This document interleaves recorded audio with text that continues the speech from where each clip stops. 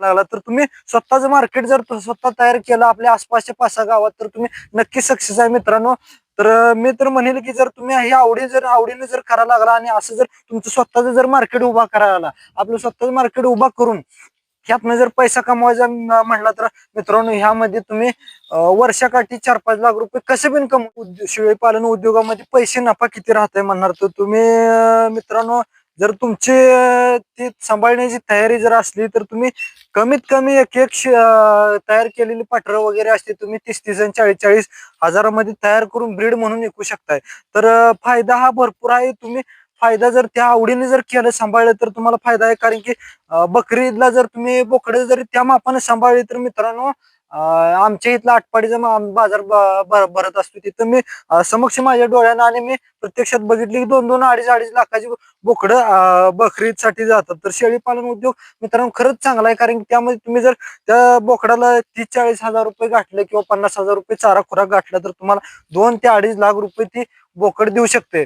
आणि तसंच की तुम्ही ब्रीड जर चांगली तयार केली बाबा शेळी जर चांगली तयार केली आणि मार्केट जर तुम्ही स्वतः तुमचं उभा उभा तयार केलं की बाबा इथनं तुमच्या शेळीपालन उद्योगातनं जर तुमच्या वाड्यावरनं किंवा तुमच्या गोठ्यावरनं तुम्ही स्वतः शेरडी विकायला लागला, स्वतः करून तयार करून बोकडी विकायला, बकरीसाठी बोकडी विकायला लागला, तर असं मटणासाठी विकायला लागला तर तुम्ही स्वतःचं मार्केट जर स्वतः तयार केलं आपल्या आसपासच्या 5-6 गावात तर तुम्ही नक्की सक्सेस आहे मित्रांनो.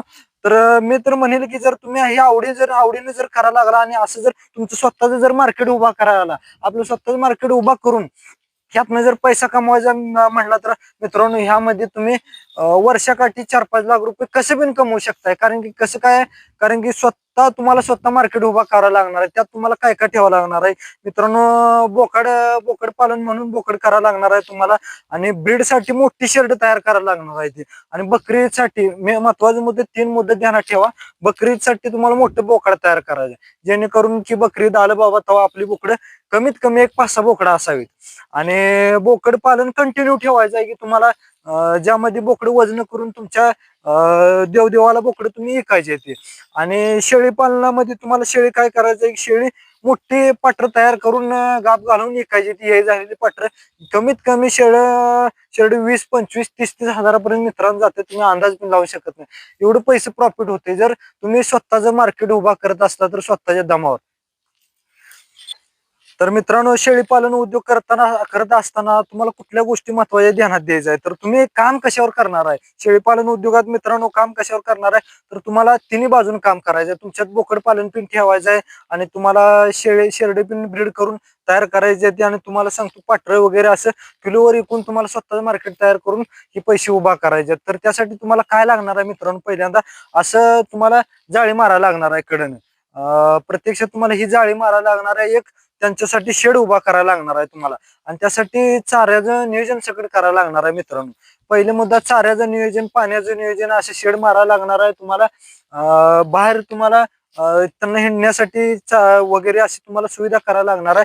तरी पहिल्यांदा उभा करताना तुम्हाला तुमच्याकडे जर पैसे असले तर 1-2 लाखापासून तुम्ही 1-2 लाख रुपये लागून होऊन त्यामध्ये वर्षाकाठी 4-5 लाख रुपये कमवू शकताय जर पैसे असतील. तर नसतील पैसे तर मित्रांनो तुम्हाला कमीपासून चालू करायला लागणार आहे आणि तुम्हाला वेळ भरपूर द्यायला लागणार आहे. कारण पाठरापासून जर चालू करायचं म्हटलं तर मित्रांनो तुम्हाला एक कमीत कमी तुमचा संयम असला पाहिजे की 2-3 वर्षाचा. आणि जर तुम्हाला लक्षात जर फायदा मिळवायचा असणार मित्रांनो तर तुम्हाला पैसेही जास्त लावा लागणार. 1-2-3 लाख रुपये लावा आणि वर्षाकाठी परत तुम्ही हळूहळू त्यातून फायदा काढत जावा.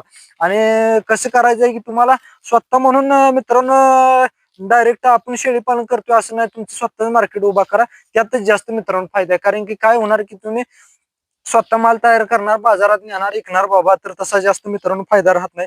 तर तुम्हाला काय करायचंय, आपलं तुमचं गोट फार्मला तुमच्या स्वतः नाव द्या की बाबा की माझं गोट फार्म आहे म्हणून. आणि ह्या गोट फार्मवरनं तुम्ही स्वतः तिथनं तुमचा प्रचार करा. तुमच्या गावात बॅनर लावा किंवा रस्त्याला बॅनर लावा किंवा तुम्ही तुमच्या व्हॉट्सअपवरनं मीडियाद्वारे तुम्ही प्रचार करा त्याचा. आणि प्रचार करून हळूहळू तुमचं क्वालिटी वाढवत जाऊन तुम्ही त्यातून पैसा उभा करा, तयार करा, तरच तुम्ही सक्सेस होणार आहे मित्रांनो. शेळी पालन उद्योगात तोच माणूस सक्सेस होऊ शकतो की जो बाबा प्रचार करून आपला माल कसा विकायचा. नाहीतर काय होते की तुम्ही माल तर तयार करताय पण एकाच कळत नाही मित्रांनो. एकाच नाही कळाल्यामुळे तुम्ही ह्यात कधीच प्रॉफिट मध्ये राहत नाही मित्रांनो. तर तुम्हाला शेळीपालन उद्योगात महत्वाचा मुद्दा ध्यानात आला पाहिजे की मित्रांनो, शेळीपालन तुम्ही सगळं चारा नियोजन करणार, पाण्याचे नियोजन करणार, तुम्ही शेड उभा करणार, एवढं पैसा लावणार, तर पैसा बिसा लावून मित्रांनो तुम्हाला एकाची महत्वाची कला तुमच्या अंगात असली पाहिजे. तर कसं होतं की माझं मी शेळीपालन चालू करत असताना मित्रांनो मला विकण्याची कला नव्हती पहिल्यांदा. कारण 5-6 वर्ष पाठीमागे शेळीपालन उद्योग मी चालू केलता. परत परत हळूहळू जसं जशी विकण्याची कला माझ्यात आली तसं तसं मला मित्रांनो नफा राहायला लागला. नाही तर पहिले काय होत होतं की मी शेळीपालन उद्योग चालू तर केला मित्रांनो, आणि त्यातनं माझं कसं व्हायला लागलं की मी चांगला क्वालिटीचा माल आणायला लागलो, क्वालिटीचा माल मला विकायचं कळलं ना मित्रांनो बाजारात. तर परत परत माझं जसं जसं माझ्या ध्यानात यायला लागलं तसं मी स्वतः माझं मार्केट तयार केले, आणि मित्रांनो माझं मी स्वतः इथं आता विकतो, त्यामुळे मला प्रॉफिट राहते. तुम्हाला प्रॉफिट जर राहायचं असलं मित्रांनो तर स्वतःच मार्केट तयार करा आणि स्वतःच. तर मित्रांनो शेळीपालन उद्योगात बाबा शेळी निवडताना तुम्हाला शेरड आयरी गैरी निवडायची नाही ती मित्रांनो. तर शेळीपालन उद्योगात शेळी निवडताना तुम्ही निचळ शेरड आणि मोठी शेरड निवडा, जेणेकरून तुम्हाला बाबा त्यातनं प्रॉफिट जास्त राहील. कारण काय होतं की शेरड तुम्ही बारकी जर निवडली तर तुम्हाला बकरीला वगैरे बोकड तयार करायला ती काय ही राहणार नाही. तर मित्रांनो ही पाठ माझ्याकडे बघू शकताय तुम्ही. पाठ माझी जवळजवळ या 8 महिन्याची पाठ आहे, तर मी अजून काही गाभ घालून नाही ही पाठ. कारण की का हिचं वजन 30 किलो झालंय. जोपर्यंत या पाठीचं वजन 50 ते 60 किलो होत नाही तोपर्यंत मी ही पाठ गाभ घालवत नाही मित्रांनो. कारण का कमीत कमी वजन हिचं 60 किलोच्या आसपास झालं पाहिजे, आणि हिला मित्रांनो 60 किलो वजन, आणि ही पाठ जवळजवळ 1.5 ते 2 वर्षाच्या आसपास पाठ झाली पाहिजे.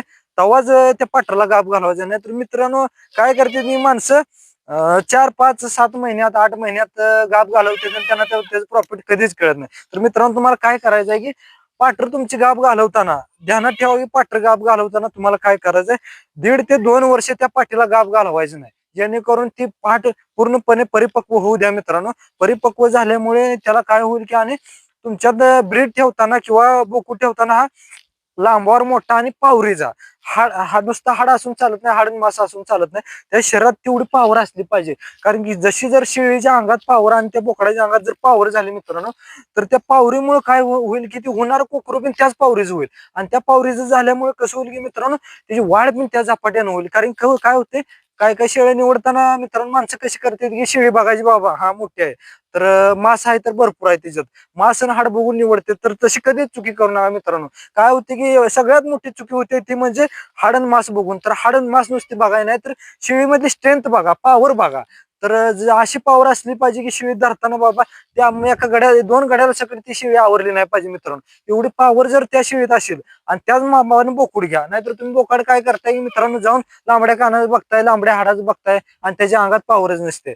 आणि काय होते की त्यामुळं गाभण तर राहते ती, पण त्या पावरीची कोकरं होत नाही. तर आपल्याला काय पाहिजे, बकरीदला किंवा शेळी मार्केट आपलं उभा करायला, तर शेळी निवडताना मित्रांनो त्या पावरीची निवडा, जेणेकरून की तुम्हाला पुढे ती तुम्ही तुमची जी कोकरं होणार आहे ती 3 ते 4 महिन्यात जवळजवळ तुमची मोकळी जरी खटकाला जरी तुम्ही ऐकली तरी ती जवळजवळ 10 ते 15 हजाराच्या मध्ये एक एक कोकरू गेलं पाहिजे. आणि कसं होतं मित्रांनो मी तर पाठरं जर जेवढ्या उशीरनं तुम्ही शेळीपालन उद्योगात गाभ घालवचाला तेवढ्या तुम्हाला नफा जास्त राहणार आहे. कारण की जर 50-60 किलोची ती पाठरू होऊ दिलं, वजन 50-60 किलो होऊ दिलं, आणि त्या ताकदीचं जर ते पाठरू असलं तर तुम्हाला 3-3 पिले होते पहिले येताला.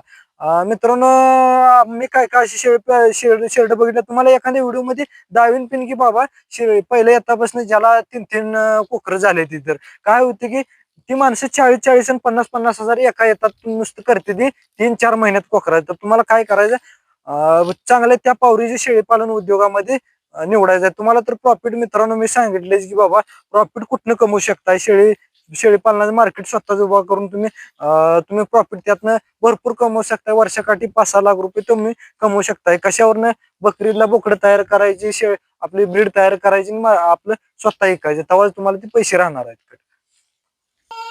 आणि मित्रांनो तुमच्या मनात आणि काय शंका असतील तर पूर्णपणे बिनधास्तपणे मला विचारा, कमेंट करा खाली कमेंट मध्ये. तुम्ही तुमच्या मनातल्या कुठलीही शंका असू दे शेळीपालन उद्योगाबद्दल भावानो. कारण की शेरडा पालन माझा अनुभव मित्रांनो भरपूर आहे. कारण की का त्यात मी जवळजवळ माझं 10 किलो वजन कमी केलंय मित्रांनो. तर तुम्हाला जर कुठलीही तुमच्या मनात अडचण असली तर नक्की कमेंट करा. त्या कमेंट वरती मी व्हिडिओ बनवण्याचा नक्कीच प्रयत्न करेल. जर तुमची कमेंट त्या मापची आणि तुमचे विचार जर त्या क्वालिटीचे असले तर मी नक्कीच त्याच्यावर एक व्हिडिओ बनवून तुम्हाला तिथपर्यंत पोहोचवायचा प्रयत्न करेन. आणि एवढी माहिती बघितली आपल्याबद्दल, त्यामुळे धन्यवाद. आपल्या चॅनलला लाईक करा, सबस्क्राईब करा आणि बेल आयकॉनची घंटी दाबायला कधीच विसरू नका मित्रांनो, कारण पुढला व्हिडिओ जे मी तयार करेल तुमच्यापर्यंत नक्की पोहोचेल.